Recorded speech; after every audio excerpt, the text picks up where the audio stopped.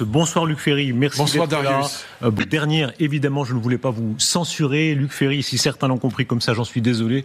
Il va de soi que vous êtes le maître de vos propos. Ici donc, si vous le voulez bien, nous continuons et nous reprenons l'émission. Dont acte et repartons du bon pied, comme on dit. Du bon pied et des deux pieds, puisqu'on a aussi Danny Cohn-Bendit. 4 pieds, ça fait même. Ça fait 4, ça fait 6 à nous 3. Danny Cohn-Bendit sur notre même antenne, l'entretien très attendu, exclusif avec François Bayrou. J'aimerais vous entendre sur ce gouvernement qui a on a compris que Éric Lombard n'était certainement pas un homme de droite, il le dit lui-même, et notamment sur la question de l'immigration. Regardez, dans cette même émission, en quelques semaines, Bruno Retailleau qui dit « L'immigration n'est pas une chance », et son homologue au gouvernement, autre ministre, Éric Lombard, « Ce n'est pas ma vision de l'immigration ». Éric Lombard dit « La France doit rester un pays de fond ». Qui a raison ? Luc Ferry. Non, sur le que des personnes sympathiques qui veulent s'intégrer en France et travailler en France, c'est formidable. Si ce sont des gens qui nous détestent et qui veulent créer, c'est facile de faire le partage entre les deux. Maintenant, sur le fond politique, la droite à la gauche, dans la situation actuelle, si du moins on pense que l'objectif de la stabilité politique est l'essentiel. Voilà. On peut avoir une autre opinion parce qu'après, la stabilité politique, c'est qu'on paye pour avoir cette stabilité politique. Si c'est pour avoir un budget catastrophique, on peut discuter. On peut avoir une autre opinion et ça peut se débattre. Moi-même, j'hésite. Je suis parfois en désaccord électoral, notamment vers la proportionnelle et vers un autre régime politique. Moi, je pense que le régime allemand est bien meilleur que le nôtre aujourd'hui. Je trouve que De Gaulle, mais enfin, franchement, là, le déclin est tel que je trouve que ça n'a plus de sens. Et donc voilà. Est-ce que le chaos n'est pas nécessaire pour qu'on aille enfin à fond vers un autre régime que celui de la Ve République. Voilà, moi j'ai été attaché pendant 50 ans à la Ve République, je ne le suis plus aujourd'hui. Voilà. Donc si la stabilité politique c'est au prix de ne rien faire, voire de continuer le déclin, je me pose la question de savoir si c'est vraiment le seul objectif possible. C'est un vrai problème, on peut en débattre, mais c'est une vraie question. Danny Cohn-Bendit, position tellement opposée. D'abord sur le fond, l'immigration, oui ou non, est-ce que la France reste un pays d'immigration ? Doit le rester ? Oui, enfin, ça, c'est évident que nous avons un besoin démographique d'immigration, de l'immigration choisie. Non, il faut une régulation intelligente de l'immigration. Sur le problème de fond que vient de reprendre Luc, je crois que c'est par la stabilité du gouvernement François Bayrou. Et pour cette stabilité, il faut d'un côté Retailleau et d'un autre côté Lombard. Sans ça, il n'y a pas de stabilité parce que il faut reprendre ce que vient de dire Luc. Oui, c'est alors à François Bayrou de transformer la Ve République, non pas par le chaos, mais en proposant ce qui est, si on veut, son idée depuis 30 ans, qui est la proportionnelle, donc changer le système électoral de la Ve République, des politiques, oui. et que ce gouvernement qui a trouvé un compromis et qui essaye justement de démontrer que même à l'Assemblée, dès l'Assemblée, on peut trouver des compromis, de montrer que on va arriver à une nouvelle République qui, justement, se différencie de la Ve République. Donc, c'est par la stabilité qu'on peut arriver, d'après moi, à transformer cette Ve République.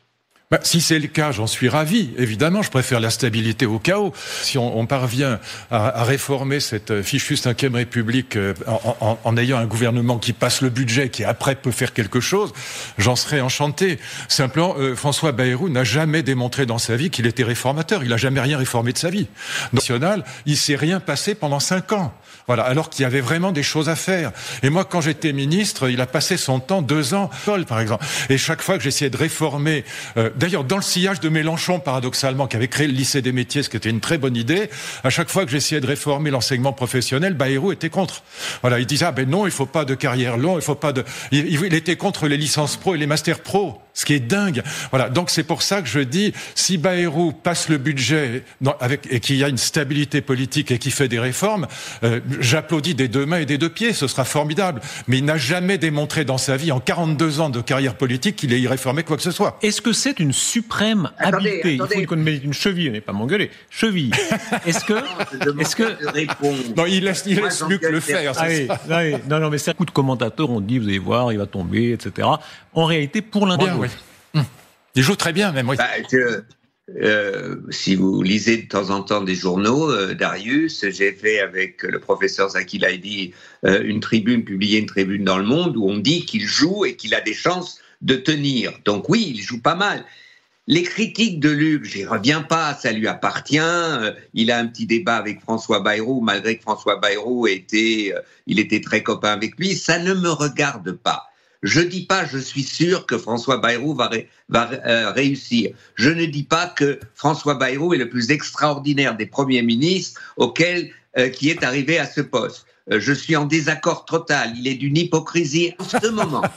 Il est peut-être l'homme de la situation. Donc, je suis d'accord. Je dis avant de dire il va réussir ou il va pas réussir, voilà ses chances et voilà ce que j'attends.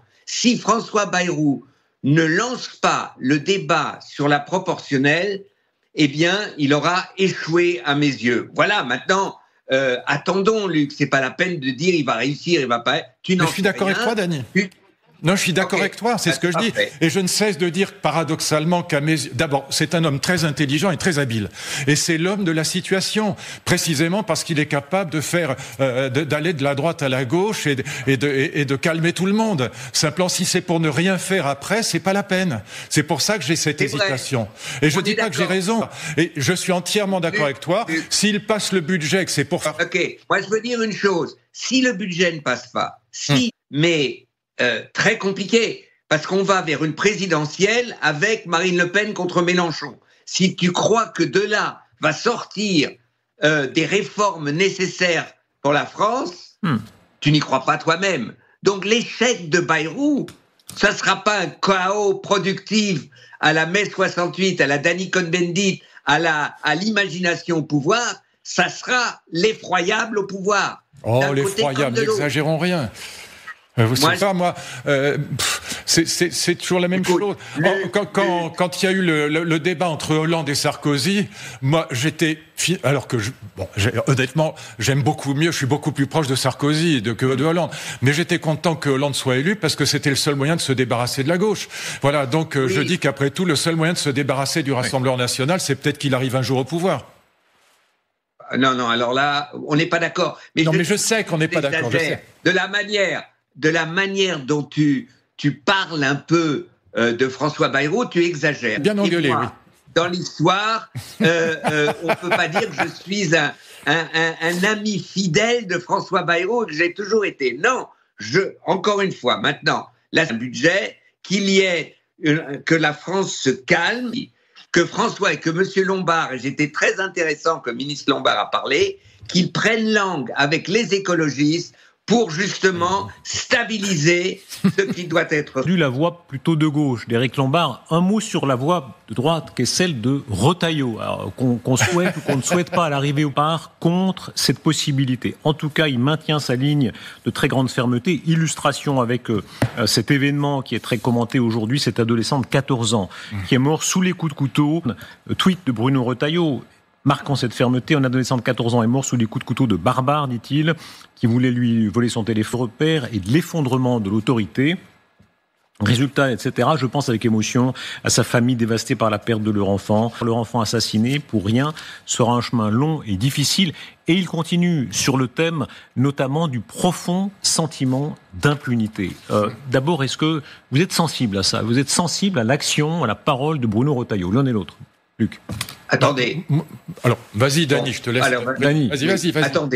Attendez. Un tweet n'est pas de l'intérieur. De gauche aurait dit exactement la même chose. Un ministre de l'Intérieur de l'extrême gauche aurait dit exactement la même chose. Mais évidemment qu'il y a un sentiment d'impunité quand deux jeunes, un jeune homme, 17 ans, et un autre, savaient que ces deux jeunes hommes avaient déjà été interpellés. L'impunité de punir, ce n'est pas un privilège de droite. Enfin, la gauche est aussi que des violeurs soient punis. Et que quand des violeurs ne sont pas punis, il y a un sentiment d'impunité. Et Bruno Retailleau prétend qu'il a la solution face à ces drames incroyables de perte d'orientation. Il a tout à fait raison. Moi, je dis, je veux voir ce qu'il fait. Pour l'instant, par exemple, pour essayer de soustraire ces jeunes dans les circuits de drogue qui tuent, qui assassinent à 14 ans, etc. Je vais voir. Ils disent qu'ils ont la solution. Je vais voir. On va l'entendre. Que la droite est différente que la gauche. Enfin, c'est foutre de la gueule. Retailleau tient un discours qui n'est pas celui de... qui par ailleurs était une femme très intelligente, mais elle était remarquablement intelligente. Position absolument radicale entre la gauche et la droite sur le sujet. Bon, évidemment, ça ne veut pas dire Dany a raison. Ça ne veut pas dire que la gauche veut exempter. On a une différence qui est très claire et Retailleau devient extrêmement populaire, c'est pour pouvoir le dire. Il est d'une grande sincérité.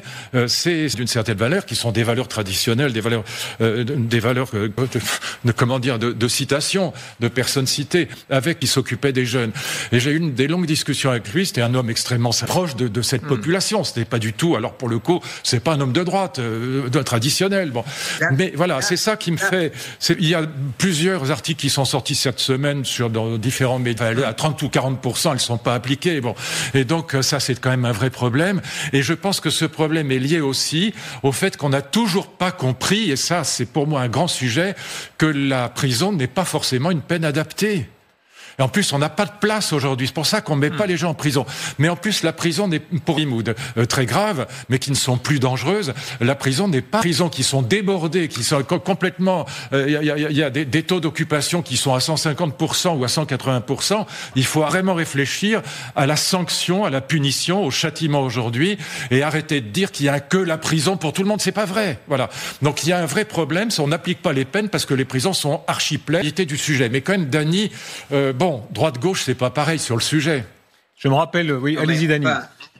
Je sais qu'après, j'ai dit qu'après un tel crime, la déclaration d'un ministre de gauche aurait été exactement la même. J'ai pas dit en général, et que j'ai dit simplement, prenons les déclarations de François Hollande après le Bataclan, et du ministre de l'Intérieur de gauche, après donc Manuel Valls, après Chapaz existait, etc. Mais Dany Cohn-Bendit, pardon, je peux vous interrompre une seconde. Un mot quand même sur ce que dit Bruno Retailleau. Vous avez raison sur la condamnation. Finissez la phrase et je vous relance. Attendez une seconde. Laissez-moi finir une phrase. Vous savez, vous avez le droit de m'interrompre, mais je finis juste la phrase. Et je veux reprendre justement ce que vient de dire Luc, qui est de dire des jeunes tels que les deux qui ont commis vraisemblablement ce crime, comment on leur donne continuer dans l'impunité. C'est pas la peine, c'est pas d'arrêt de jeunes pour, par exemple, ce type de délinquants dans le circuit de drogue qui se sont armés et qui tuent. Voilà ce que je veux dire. La philosophie de l'État. Quand Bruno Retailleau dit que c'est le moment d'une culture de l'excuse, est-ce qu'il a raison ou non? Vous me posez la question, je réponds d'abord. Allez-y. Je réponds d'abord parce que vous avez... Je crois que et Darius et Retailleau, explication. C'est pas la même chose. Tenter d'expliquer pourquoi des jeunes dérapent dans un certain type de... Ce n'est pas les excuser, c'est d'essayer de comprendre comment on peut répondre. Certaines gauches, et je suis sûr qu'on va arriver dans 2 jours à ce qu'a fait déjà Sarkozy, c'est que mai 68 voulait tout... C'est complètement faux. Je crois qu'aujourd'hui, et le droit, la civilisation doit essayer de l'expliquer. Non pas pour... Je ne crois pas, moi, en la théorie de l'excuse, mais même les crimes les plus horribles. Alors, si on se place d'un point de vue philosophique, il y a toute une tradition matérialiste qui, évidemment, est de gauche, aussi bien en sociologie qu'en psychanalyse, qu'en biologie, par exemple, les fondements naturels de l'éthique de Jean-Pierre Changeux, qui, évidemment, confie d'expliquer en disant, mais voilà, c'est pas de sa faute, c'est ses gènes, c'est pas de sa faute, c'est excusé. Et donc, vous avez tout un discours des avocats qui est emplissante, hein, c'est pas anecdotique, c'est pas le matérialisme vulgaire. Bon. Et donc, évidemment, vous avez un avocat va se précipiter sur ces arguments, passe de l'explication à l'excuse. Automatiquement.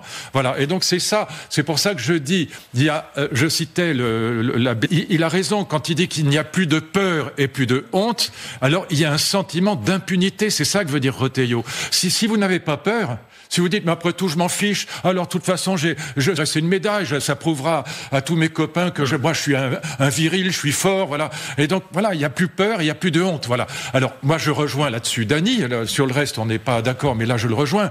Comment remettre ça dans la tête des enfants ? Comment un sentiment de peur par rapport au système judiciaire, mais qui ne fait plus peur à personne ? Parce que la moitié des trucs sont pas appliqués. Voilà, pardon de le dire un peu brut. Excusez. Zéro, le nombre d'accidents mortels sur la route. Le nombre d'accidents, le nombre de gens qu'il y a 10 ans, mais il y en a toujours trop. Et je crois que ça est abominable. Il est abominable. Maintenant, comment il a édité des livres dans la même édition que moi? Je l'ai rencontré plusieurs fois. C'est très sympa. Ce qui est intéressant quand il disait, il se posait la question, il essayait de comprendre comment honte de faire ces saloperies. C'était ça son problème. On peut dire, il voulait les excuser, c'est pas vrai. Il disait, mon rôle, je suis pas flic, je suis pas juge, je suis quelqu'un qui veut sortir ces jeunes de ça la discussion.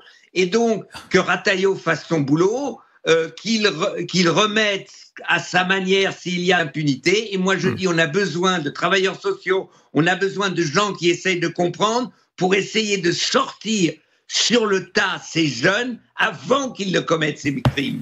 Dany Cohn-Bendit. Et c'est ça le problème. Et Luc Ferry, j'aimerais vous entendre sur les déclarations de Trump. Nouvelles déclarations, et elles sont parfois, c'est visiblement une ligne tenue, continuer, organiser, c'est un plan. L'affaire du Groenland, certains ont commencé par dire c'est une lubie, etc. Non, il l'a dit, il l'a redit, il a appelé la première ministre danoise, Mette Frederiksen. Le Financial Times le révélait, et révélait les termes durs de leur conversation. Il en remet une couche. Écoutez cette déclaration qu'il a faite, où il dit bien, tôt ou tard, j'aurai le Groenland. Je pense que la question du Groenland sera réglée avec nous. Je pense que nous l'aurons et que 55 000 habitants là-bas, ils veulent être avec nous. Je ne sais pas quelles sont les prétentions du Danemark, mais ce ne serait pas très amical, parce que c'est pour la protection du monde libre. Ce n'est pas pour nous, non, c'est pour le monde libre. Vous avez en ce moment des navires russes, chinois.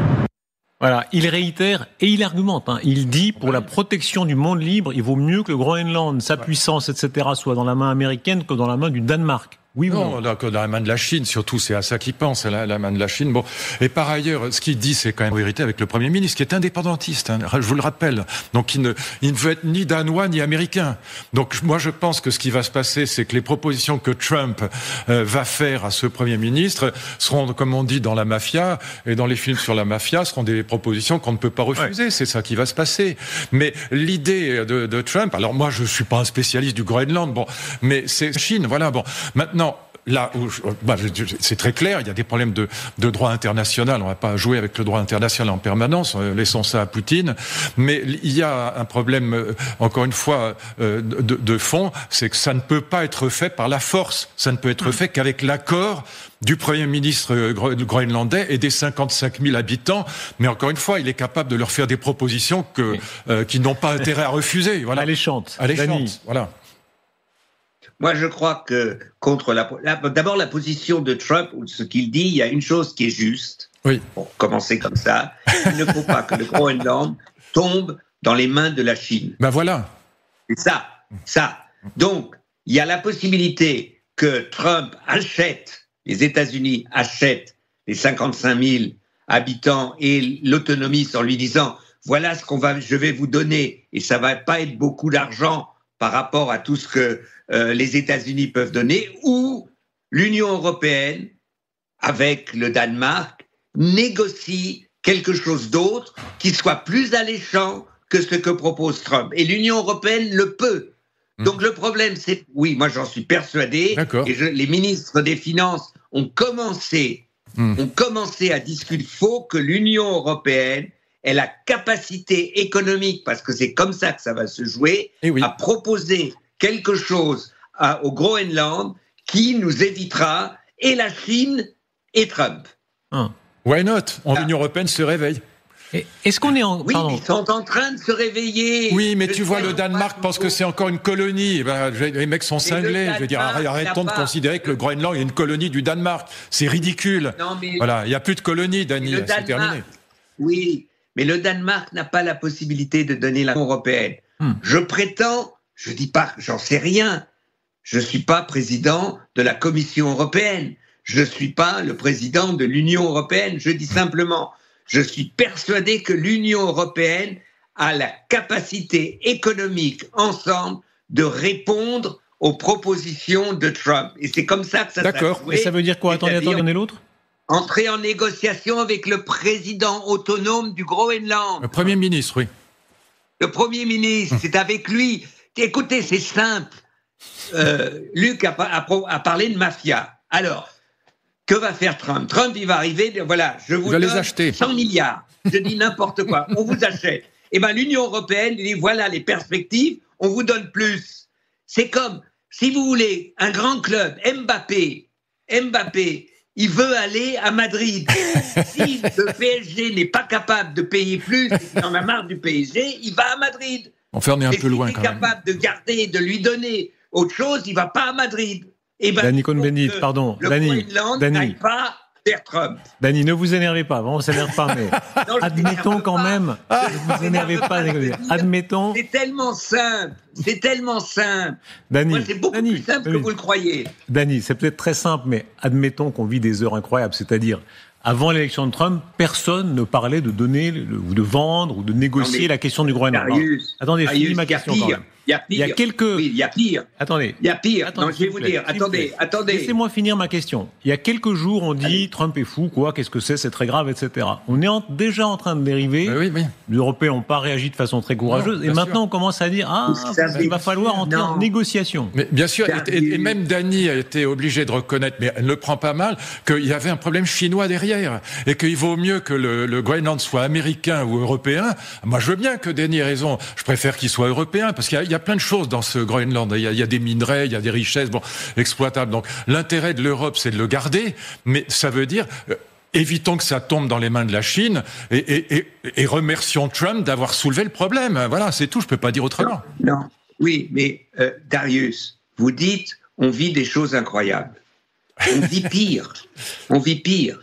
Vous avez l'homme qui pense pour Trump, il s'appelle Musk, qui intervient dans un meeting électoral d'un parti néo-zazi. On va en parler après. Mais si vous voulez chapitrer un peu, je ne veux pas vous priver de parole, mais on va en parler après, mais bien sûr. Mais c'est pire. Vous vous rendez pas compte de ce qui s'est passé, ce que Musk a fait, et Trump ne l'a pas contredit. Mais donc c'est le pouvoir Trump-Musk soutient les néo-nazis en Europe. Voilà. Alors, vous pouvez dire que les néo-nazis sont pas Hitler. J'ai jamais dit que les néo-nazis sont Hitler, mais les néo-nazis sont des nazis. Et c'est la Cour suprême allemande qui a dit qu'on peut les traiter de nazis. On a le droit de les traiter de nazis. La Cour suprême allemande, dans un procès remarquable, a souligné qu'on peut dénoncer l'AfD comme un parti nazi. Alors, on reviendra à l'AfD et à Musk tout à l'heure et vous aurez tout le temps d'en parler et l'un et l'autre. Mais qu'on reste un instant sur Trump et sur ce qui est en train de se passer. Est-ce que tout doucement, on est en train de lui céder en réalité cette puissance vague? Ils ont le pouvoir, ils ont l'argent, ils ont l'influence, ils ont l'intelligence artificielle. C'est votre livre, Luc Ferry. En réalité, Groenland, je crois, 13% des réserves mondiales de pétrole non explorées. Oui. Tout à l'heure, sur notre antenne, Éric Lombard disait on n'est pas du tout d'accord avec Trump, on va rester, etc. Mais Trump est en train de dire, il y a une arnaque verte, on va balayer tout ça. Est-ce qu'il est en train, même en Europe, de faire changer? Oui, sur toujours la bisbille entre économie et écologie, comment réconcilier les deux, c'est un problème de fond. Mais moi, ce que je crois, c'est que c'est catastrophique pour Trump lui-même.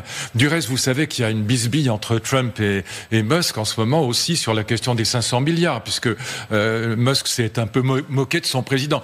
Donc je pense qu'il va tellement emmerder le président américain qu'il va en finir par se séparer séparer. Mais on verra. En tout cas, là où je suis d'accord avec Dany sur le Groenland, il faut que l'Europe se réveille, mais sur le reste aussi. Et le rapport Draghi va dans le bon sens, mais il faut l'appliquer, ce rapport. Sur la troisième révolution industrielle, il faut qu'on redevienne souverain. On est une colonie des États-Unis sur la troisième révolution industrielle. Donc le seul mérite de Trump, c'est pas un homme sympathique, moi, mais il est insupportable.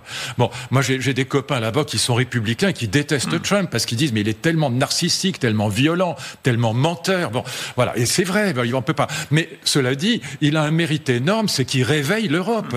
Il nous oblige à nous réveiller. Ne vous énervez pas, hein, c'est juré. Promis juré, vous jurez comme ça. Je sais pas comment. Précédent, hein. Il y a un précédent. Nord Stream 2. La Crimée était occupée, une partie du territoire de l'Ukraine était occupée. Trump a dit « Je vous interdis de construire Nord Stream 2, je me battrai comme un lion pour vous empêcher ». Et qui a fait ça ? Qui a arrosé Poutine de milliards et de milliards ? C'est pas le méchant Trump. Au contraire, Trump s'est battu contre ça. Ce sont les gentils Européens pleins de bons sentiments, les Allemands surtout, qui voulaient se gaver de... Les plus moraux ne sont pas toujours ceux qu'on pense, qu'on comprenne bien.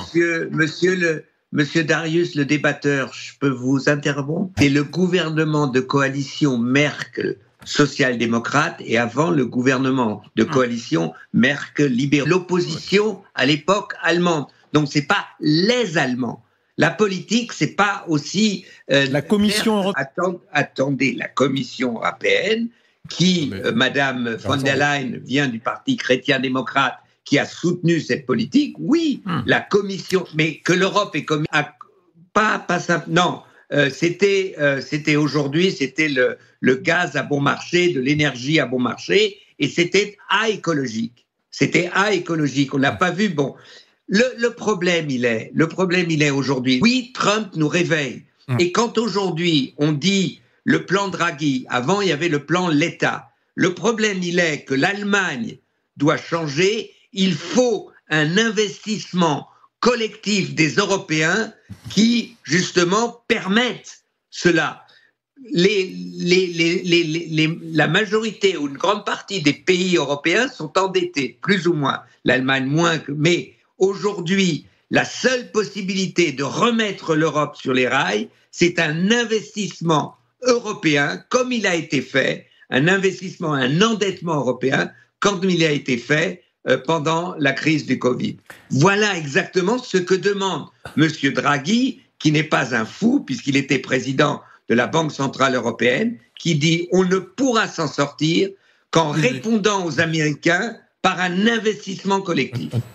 Non, moi je vous suis, Darius. Non. Je dis simplement qu'il faut arrêter de s'endetter. C'est-à-dire que je suis totalement d'accord avec Dany, mais il faut que cet investissement soit pas à nouveau tiré sur la dette. Et c'est pour ça que la question budgétaire est absolument cruciale. Et elle est cruciale pour tous les pays qui sont très très endettés, ce qui est le cas de l'Italie, ce qui est le cas de la France, etc. Bon, et donc on peut pas continuer à s'endetter indéfiniment parce que sinon on va le payer extraordinairement cher. Et là, moi je suis quand même très inquiet sur le budget qu'on va nous proposer dans quelques semaines. Ouvrons la question, si vous le voulez bien, sur ce que vous ameniez vous-même l'un et l'autre sur l'AfD, c'est-à-dire le soutien que Musk... Oui, je peux dire une chose, juste, Darius. Les Américains, leur développement économique, ils l'ont fait sur l'endettement. Mais oui, mais c'est les Américains. L'endettement américain est à 100... parce qu'ils ont le dollar. Mais oui. Mais c'est vrai que... Et la croissance. Et la croissance. Et une formidable croissance. Ça a été amené par l'endettement. La croissance mais pas nous. A été amenée. Oui, mais nous, on paye nos fonctionnaires, ça crée pas de la croissance.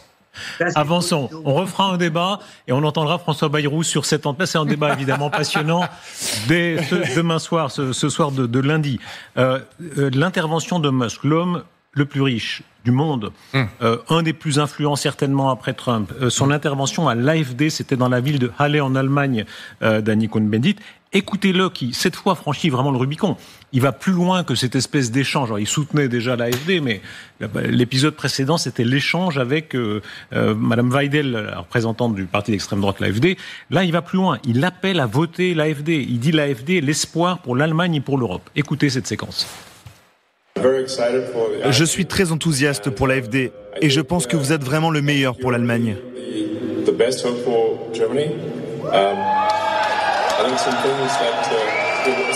Je pense qu'il est très important que les gens soient fiers de l'Allemagne et d'être allemands. Je pense que l'on s'est trop focalisé sur le passé. Il faut avancer maintenant. Les enfants allemands ne doivent pas se sentir coupables de ce qu'ont fait leurs parents ou même leurs arrière-grands-parents. Nous devrions être optimistes et pleins d'enthousiasme concernant le futur de l'Allemagne. L'un et l'autre, votre réaction d'abord, ce blanc-seing qu'il donne à l'extrême droite allemande en disant, voilà, l'espoir maintenant, c'est vous. Bon, d'abord, c'est calamiteux et c'est insupportable et c'est... Voilà, on n'a pas de mots assez durs pour dire ce qu'on en pense, même quand on est un gaulliste de droite comme moi, enfin, ou plutôt de gauche, mais enfin, peu importe. C'est détestable, c'est haïssable. Maintenant, la grande question qui va se poser dans les quelques jours qui viennent, c'est la question de savoir si Trump va le désavouer ou pas. Donc, la stratégie qui est derrière, c'est très simple. Bon, lui, il est Asperger au dernier degré, c'est un fou, il faut quand même le dire. Il a été diagnostiqué Asperger. Donc c'est un barjo complet. Mais un barjo qui a 200 millions de followers, qui est le patron de X, pas simplement de Tesla ou de SpaceX, il est aussi le patron de X avec tout le pouvoir que ça peut donner dans le monde entier. Et donc le fait que ce fou ait 440 milliards de dollars comme fortune est évidemment extraordinairement inquiétant. Très inquiétant. Et le problème pour moi dans les jours qui viennent, dans les semaines qui viennent, c'est de savoir si Trump va le désavouer ou pas.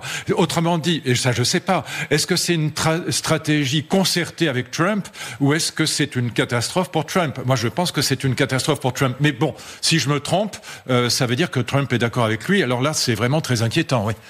Dany ? Moi, il y a deux choses. D'abord, une réponse. Il ne s'agit pas de responsabiliser les petits-enfants allemands ou les enfants allemands, de dire ils sont aussi responsables que leurs grands-parents ou leurs parents ou leurs grands... C'est pas ça. C'est que l'Allemagne a l'obligation, comme tous les pays, d'avoir un regard sur leur histoire et de comprendre pourquoi un pays a chaviré. C'est pas n'importe quoi. C'est pas l'Allemagne a fait des erreurs.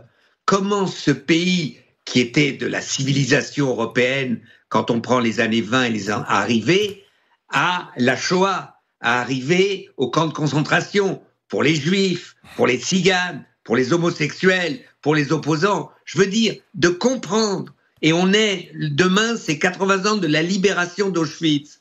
Ce que l'humanité, donc, tous nous devons essayer de comprendre pour que ça ne se passe plus. Comment cela a été possible ? Bien sûr. C'est ça la question. C'est pas encore une fois, c'est d'expliquer pour que ça n'arrive plus. C'est toujours la même chose. Et c'est ça le débat. Et quand monsieur Musk intervient comme cela, alors que Madame Weidel, dans un débat avec lui, a dit que en fait Hitler était de gauche. Il a dit Hitler était de gauche. Voilà, c'est-à-dire qu'il justifie, il justifie n'importe quoi. Et là encore, Luc a raison. Si Trump ne se désolidarise pas de Musk, ça veut dire qu'il y a une tradition aux États-Unis. Henry Ford était pro-Hitler. Il avait un journal dans les années 20, dans les années 30, qui faisait l'éloge d'Hitler en Allemagne. Il y a une tradition d'une partie du capital américain qui était pro-nazi. Et Musk, en fait, reprend cette tradition. Oui. Voilà, c'est la vérité. Un mot là-dessus. Moi, j'ai traduit en partie et préfacé ce qu'on appelle Historiker Streit, la querelle des historiens dans les années 80. Et c'est très intéressant, pour aller tout à fait dans le sens de Dany, Habermas, qui est le plus grand philosophe allemand, défend la culpabilité, parce qu'il dit, si on fait passer la culpabilité, si on gomme la culpabilité allemande, alors et c'est ce que veut faire l'extrême droite depuis les années 80, et même la droite, Franz Josef Strauss depuis les années 80, avec cette idée, ce passé qui ne veut pas passer. C'était le grand thème de la droite. Il faut faire passer le passé nazi parce que ça nous empêche de devenir une grande nation politique et pas seulement économique. Voilà. Mais si la culpabilité disparaît, et c'est tout le travail de l'AfD, alors l'esprit critique à l'égard de la tradition allemande, et notamment du romantisme allemand, disparaît. Et si on perd ça, Dany a entièrement raison, il met le doigt sur le problème philosophique de fond, historico-philosophique. Sans l'esprit critique, sans la culpabilité, et là Habermas a raison, on ne pourra pas faire le partage dans la tradition allemande entre ce qui a conduit au nazisme, et une grande partie du romantisme allemand y a conduit, et puis ce qui a conduit à la démocratie. Mais quelle est la visée, s'il vous plaît? Moi, je pose une question sur Musk. Parce que c'est un pays démocratique aussi. Quelle est la visée exacte de cette administration? Trump n'est pas suspect d'être antisémite, au contraire, c'est un soutien très puissant des milieux juifs et d'Israël. Oui. Musk aussi. Mais quelle est la visée exacte de Musk? Est-ce qu'il est, ouvrons les choses, disons les choses franchement, est-ce qu'il est raciste? Est-ce qu'il est racialiste, comme disait Villepin sur notre antenne il y a quelques jours, fascisant? Ou est-ce qu'il pense qu'au fond, il faut défendre la culture chrétienne occidentale, qu'il faut qu'elle soit plus riche, plus inventive, plus technologique, et que c'est un droit de la culture occidentale de se défendre de cette façon-là, et démographique? Oui, c'est ce qu'il pense, et il va défendre partout en Europe. Au passage, ça permet de casser l'Union européenne, de la fragiliser, et il va défendre en Europe, dans l'Union européenne, tout ce qui ressemble à Trump. Et pour lui, l'AfD, c'est Trump. Voilà, c'est le nationalisme, c'est le souverainisme, c'est la haine de l'Union européenne, etc.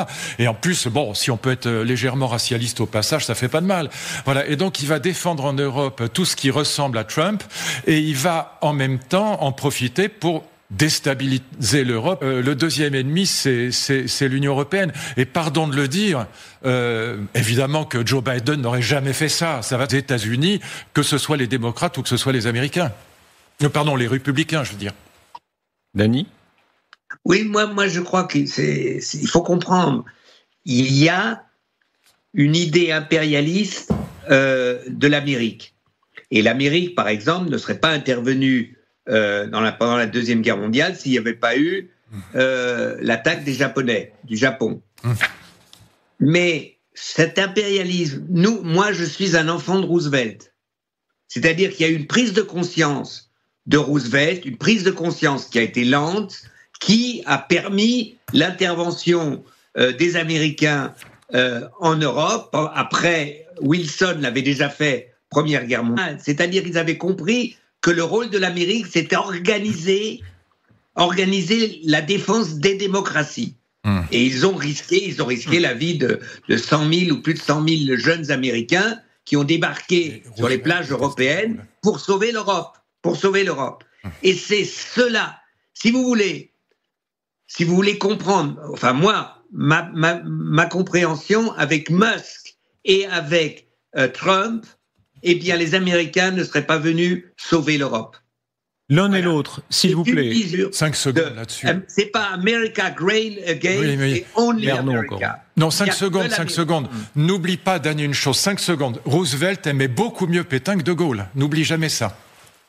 Oui, mais il a organisé l'intervention. Oui, d'accord, mais néanmoins, après, il aurait bien voulu confier la France à Pétain plutôt qu'à De Gaulle. Et on reprendra ce débat qui est très intéressant, effectivement. Est-ce qu'il vaut mieux soutenir Trump? Est-ce qu'il est le mieux placé pour tenir tête aux Chinois et aux Russes, de même que les Américains ont sauvé avec les Soviétiques dans votre tête, Bernard Arnault aux États-Unis. Regardez, vous avez tous été frappés par l'image quand même de Bernard Arnault, à ma connaissance seul grand patron Trump. Ça rejoint des questions qu'on traitait tout à l'heure avec Éric Lombard, le ministre de l'économie. Est-ce que la France doit apprendre à aimer davantage l'argent, à être fière de ses riches, y compris les inhibitions américaines? Est-ce que la France doit être fière de ses grandes réussites comme Bernard Arnault? Oui. Y compris quand elle s'affiche comme ça, aux côtés de Trump. L'un et l'autre. C'est pas l'argent, Darius, je dirais. C'est vraiment cette belle réussite. C'est pas une réussite médiocre. Ce qu'a fait Bernard Arnault, il a créé un empire qui est un empire familial, qui est un empire français, qui reste en France, et c'est son honneur de rester en France. Sa famille reste en France. C'est un polytechnicien. J'ai la chance de l'avoir rencontré un certain nombre de fois. C'est un homme extraordinairement intelligent, très impressionnant d'intelligence et de savoir-faire. Et donc, moi, ce qui m'a toujours fasciné chez lui, c'est pas l'argent, bien sûr. J'aimerais bien en avoir le millième, mais c'est cette réussite intelligente dans des domaines qui fascinent le monde entier. Fier de ce qu'il a fait.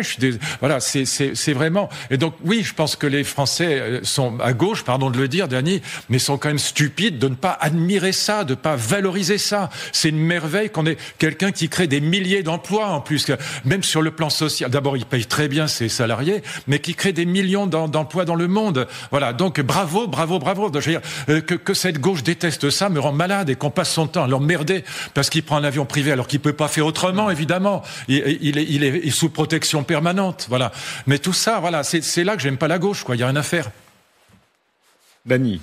Écoutez, d'abord, on peut respecter Arnaud, mais aimer, j'aime ma femme, j'ai aimé des femmes, j'aime mon fils, j'aime mes enfants, mais arrêtons d'aimer l'argent. Enfin, il faut être complètement barjot pour aimer l'argent. Ça, c'est ce que je disais. Oui. Vous pouvez en avoir envie. Vous pouvez avoir envie d'avoir beaucoup d'argent. Et d'ailleurs, je connais personne qui n'aimerait pas avoir plus d'argent et encore plus d'argent. Donc, c'est pas ça le problème. Non. Le problème, est-ce que cet argent, regardez, je vous donne un exemple. Quand Trump vient de déclarer « Je sors de l'accord de Paris, je ne vais plus payer pour l'accord de Paris », qui lui a répondu aux États-Unis? Bloomberg, milliardaire. Bloomberg a dit « Je vais payer pour les États-Unis ce que les États-Unis doivent payer pour l'accord de Paris ». C'est un milliardaire, je l'admire. J'admire ce qu'il vient de faire. Il a dit « Je vais organiser quelques milliardaires pour remplacer ce que les États-Unis doivent payer pour l'accord de Paris ». Donc, je ne suis pas contre, ça dépend ce qu'ils font. Maintenant que Bernard Arnault, s'il a envie d'aller se montrer, eh bien qu'il le fasse, j'en ai rien à cirer. Je ne le déteste pas plus, je ne l'aime pas plus. Je respecte ses capacités d'entrepreneur. Et il y a des entrepreneurs, il y a des 600 milliardaires qui étaient à Davos il y a quelques jours, qui ont fait signer un appel. Vous devez nous imposer plus. J'admire ces milliardaires. Je les admire. Maintenant, Luc ne les aime pas. C'est son droit. Dany, je vous pose une question. C'est bien la culture de l'argent. Tout à l'heure, sur notre antenne, il y avait Éric Lombard qui disait, tradition catholique française, on n'aime pas trop l'argent. Voilà. Luc, je me rappelle que vous disiez à quel point le puritanisme, vous n'aimez pas ça. Vous avez des belles voitures. Les belles voitures, c'est pas mal. L'économie, faire tourner l'économie. Les anglo-saxons ont ça. Ils ont cette fibre-là. Petit mot là-dessus. Bernard Arnault, il a payé vraiment très très cher la reconstruction de Notre-Dame, mais aussi les Restos du Cœur aussi. Alors là aussi, il y a des actions humanitaires de la part de ces gens qui sont très riches. Donc moi je les admire, voilà. Et bon, j'ai jamais de ma vie, j'ai jamais cherché l'argent. Moi, je suis un prof d'université qui écrit des livres. Bon, c'est pas comme ça qu'on gagne sa vie. Enfin, si on gagne sa vie, mais on gagne pas d'argent. Bon, j'ai que des dettes d'ailleurs. Bon, mais j'admire non pas l'argent encore une fois, mais cette réussite dans des domaines qui sont prodigieusement, qui demandent une intelligence, un savoir-faire français absolument extraordinaire. Et encore une fois, il a beaucoup de mérite à rester en France vu les impôts qu'on paye en France. On va avancer. Dany Cohn-Bendit. Regardez, vous pouvez être un grand acteur, un grand acteur qui a gagné beaucoup d'argent, Depardieu. Mais c'est horrible, ce type qui fuit, qui ne veut pas payer d'impôts, qui s'est mis d'accord. Oui, mais on peut l'admirer, l'acteur, et trouver que son comportement est complètement ignoble. Oui, mais là, son comportement, en l'occurrence, est parfait. Donc, voilà. Merci à l'un et à l'autre. Je vous demande de prendre rendez-vous. D'abord, le documentaire, vous le disiez, Dany Cohn-Bendit, mémoire d'Auschwitz et de ceux qui sont morts là-bas. Les derniers témoins, c'est le documentaire que nous diffusons tout à l'heure dans l'émission de Margot Haddad dans quelques instants. Et puis aussi, évidemment, rendez-vous ce lundi soir avec François Bayrou, émission exceptionnelle avec le Premier ministre. C'est donc à 20h50 sur LCI ce lundi. À plus tard.